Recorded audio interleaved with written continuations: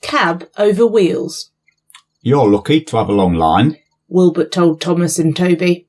Mine is only 1.5 miles long, with a station at Norchard and another at Lydney.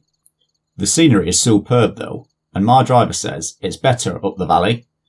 Our volunteers are going to open that bit too. They work hard, but it takes a long time. One of Wilbert's first jobs was at the lead mine. Don't pass the danger notice, Thomas warned. I fell down a mine once. Wilbert smiled. I've worked in a colliery, he said. So I know about danger notices.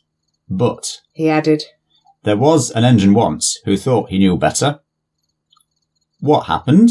Asked Toby and Thomas. Wilbert paused. This engine didn't have a name. He began. Just a number, 16, and he worked in a steelworks. One of the jobs that 16 and his friends had to do was to take the waste from the works in special trucks to a place they called the Tip. Well, went on Wilbert, 16 got tired of always stopping in the same place. He tried to go further, but his driver always prevented him. The other engines tried to stop him too. If the notice says danger, you shouldn't pass it, they said. 16 paid no attention. Don't be stupid, his driver said. We mustn't pass the notice, or goodness knows where we shall end up.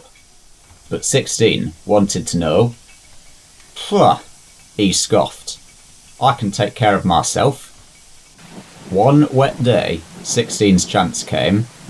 The rails were slippery, and when his driver tried to stop, he couldn't.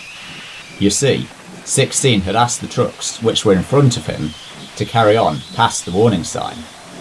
They did just that, and their momentum pulled 16 with them. You silly engine, scolded his driver.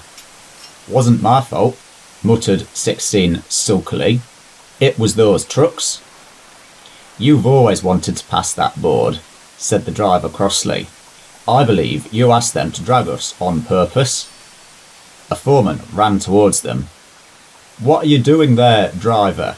He shouted. It's not safe. The trucks dragged us, explained the driver. Well, come to the office with me, and you, fireman, get your engine back on firm ground before it's too late, ordered the foreman. But it was already too late. As the foreman turned away, the earth beneath 16's wheels sank, and the rails sagged. A small rush of stone clattered away to the bottom of the bank. 16's fireman knew that if he tried to move the engine now, he would only make things worse. "Ooh!" groaned 16. Beneath his weight, the rails sagged even more. Suddenly, they fell away completely. As the fireman leapt for safety, 16 overbalanced. The coupling between him and the trucks broke, and he rolled cab over wheels down the bank. He reached the bottom with a crash and lay on his side, looking surprised, and leaking steam in all directions. "Help!" he gasped weakly. Thomas and Toby were silent. What happened to 16 after that? Ventured Toby. Oh, he was rescued. Wilbert said. But he wasn't repaired, and he was sent to the back of the shed in disgrace. Is he still there? Asked Thomas. He got better than he deserved, smiled Wilbert.